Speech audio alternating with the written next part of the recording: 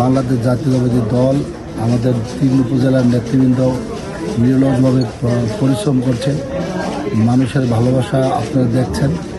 আমার পরিবার শুধু আমার দল না, এই দেশের প্রত্যেকটা মানুষ, আমার পরিবারের শরীয়তপুর পরিবারের প্রত্যেকটা মানুষ আমাকে ভালোবাসা দিচ্ছে। ব্যবধান এটা আল্লাহ জানে, আমি জানি না।